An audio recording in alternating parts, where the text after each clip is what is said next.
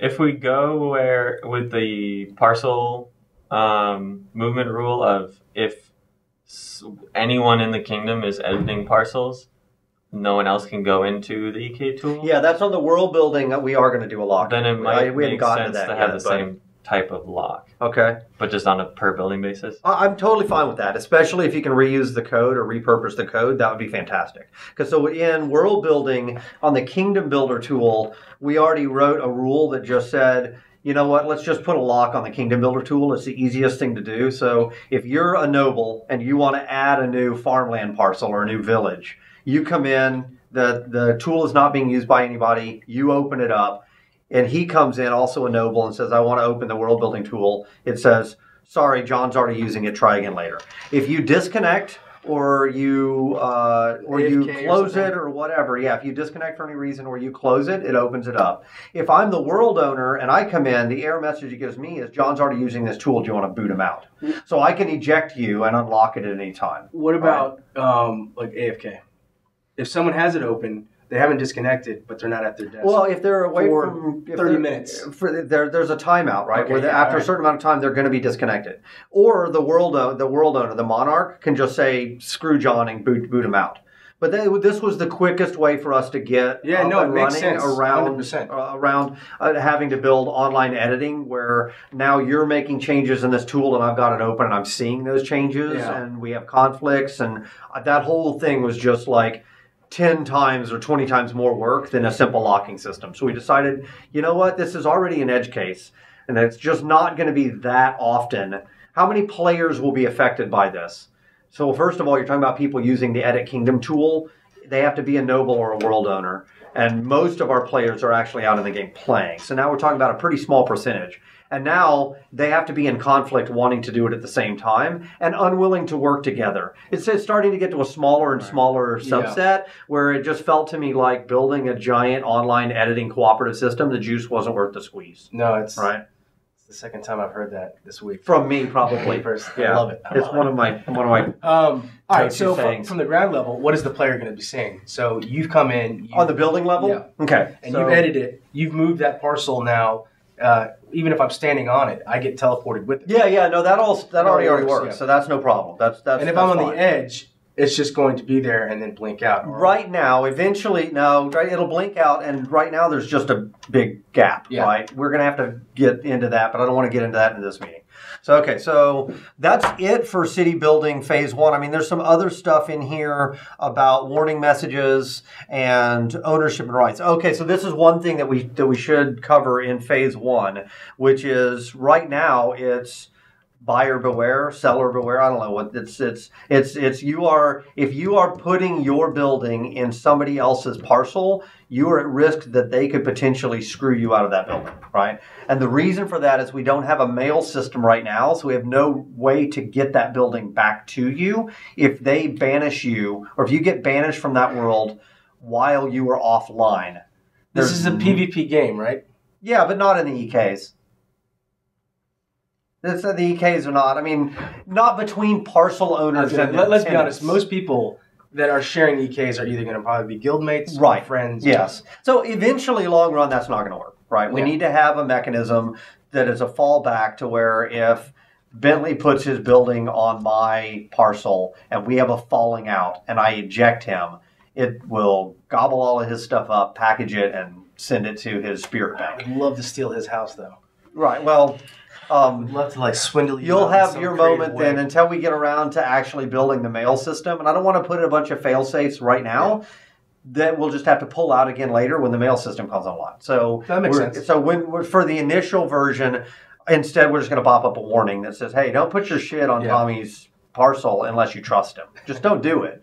Right. And if you do and he takes your building, all right, sorry about that. But I mean, right now, the buildings are either recipes. I mean, you crafted them. And so that's just gameplay, or they're an account like imported thing from like a backer reward package or whatever, and we reset those all the time anyway and wipe anyway. Sure. So it seemed like this was to get our system up and running as quickly as possible. That was a and even if it was done by accident, let's say I'm in there and he did something like, oh, O'Neal, it's now on me. You can just trade that back to of course, yeah, absolutely. You can so get they it won't back to necessarily lose it.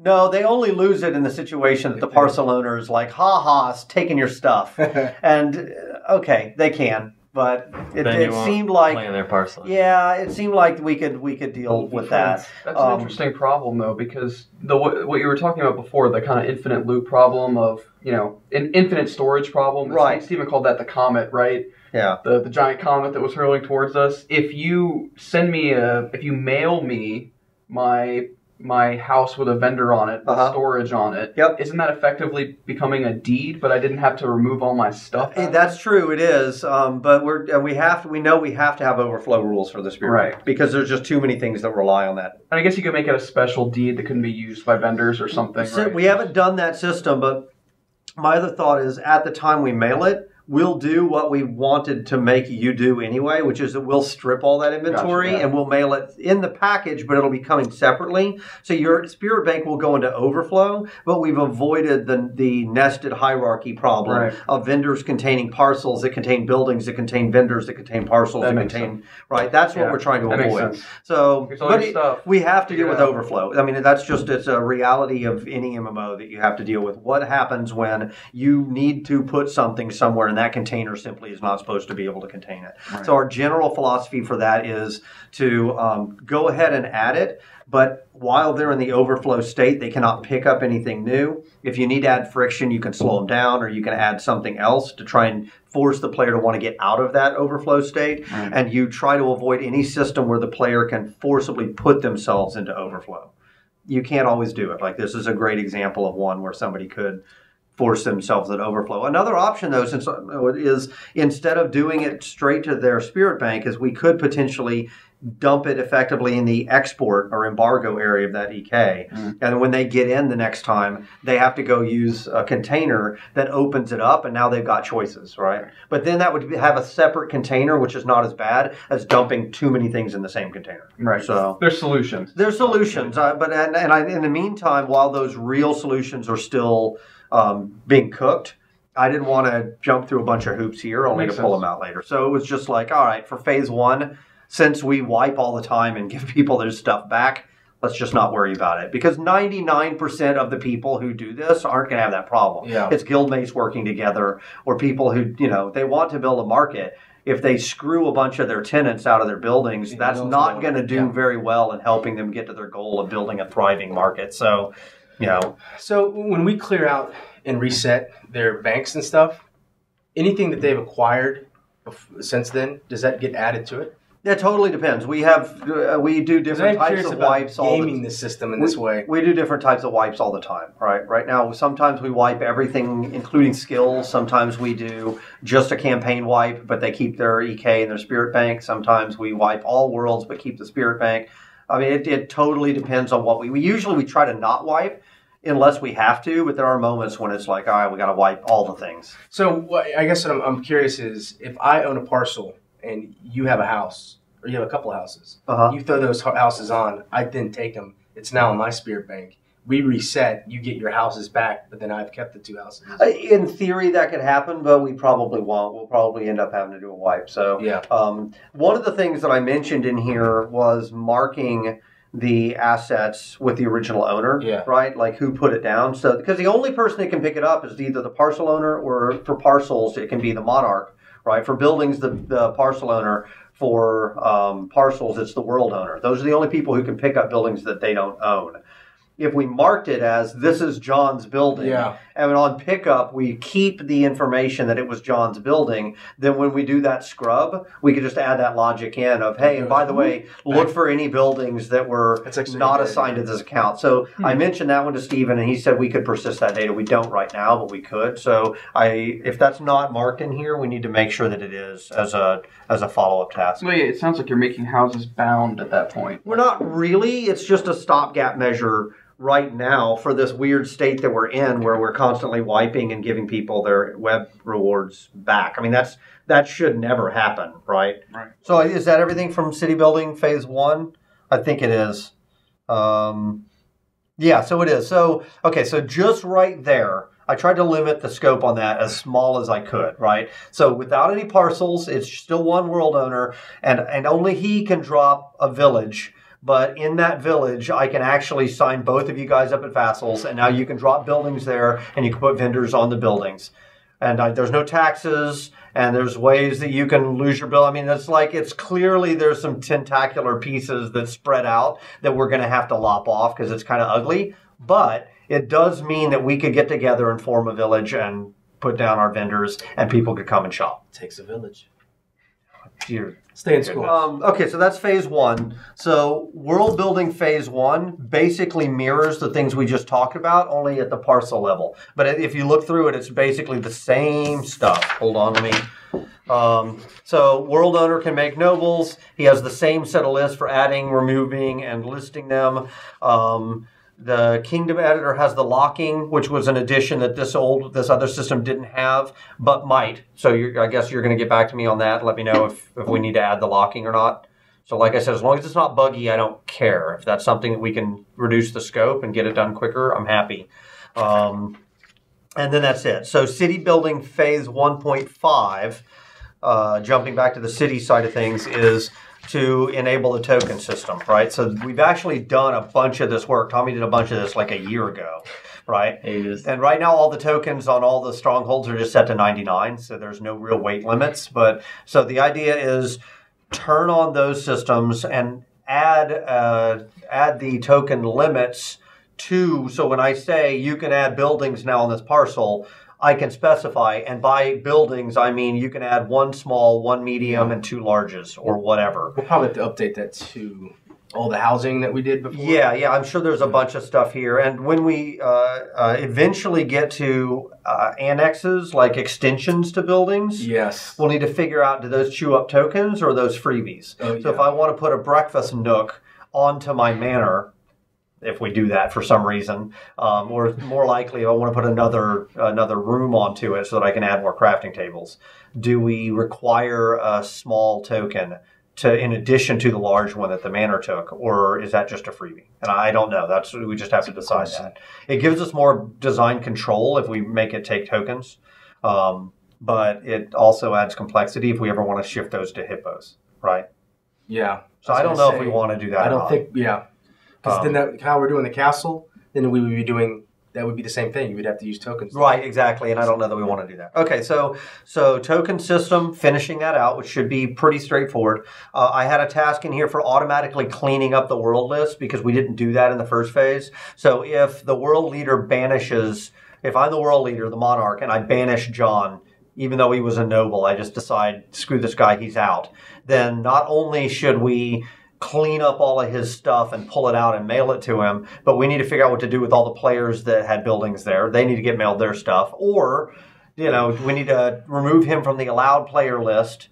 Or if somebody is added to the allowed player list, we need to remove them from the banned list. So there's just cleanup tasks there that we don't technically have to do. We could make the players clean it up themselves, but it would be nice. This is an interesting point because if you own the parcel and I'm your noble, yeah. From day one, we've been working together, and I have created the market spot for you and your parcels. Yep. And all of a sudden, we have that falling out. Could we do something where you eject me, but then you're able to fill in that spot and keep the market there as well? Because if you eject me now, everybody's market stalls are gone. Well, if it's my parcel, and I had given you admin rights, which we didn't account for yet, right? The parcel owner is the only person who has admin rights. We haven't done that yet. That's not till regions comes later. Yeah. But what I'd like to do is try and make the design always leave as much stuff in place as possible. So if you are the noble are kicked out and I decide to make Max the noble, market just keeps running. The vendors are still there. Yeah. Nobody cares. I guess it gets weird when I own the land. Right? That's where it becomes harder. Point, and so then in that case... But then we have to try to maybe work our differences out. Right. Or do we try and keep that stuff intact so that you can take that parcel and put it in another world, and that market is still there, and those tenants are still owning their buildings. So you could basically splinter your market and land off to another. That would be ideal, but I don't know that we can do that. Because then as me as that, I've built up that land, I could go to you now and say, hey, I'll cut a deal with Max to go to his kingdom. With Todd right now. His kingdom sucks. Yeah, exactly. What are you going to offer me? And so I prefer designs like that because Shadowbane, we totally did that with our sub guilds. We made it to where if you own the sub guild, you're the leader of the sub guild. When you decide to betray me and splinter off, you take that sub guild and any tree underneath it with you.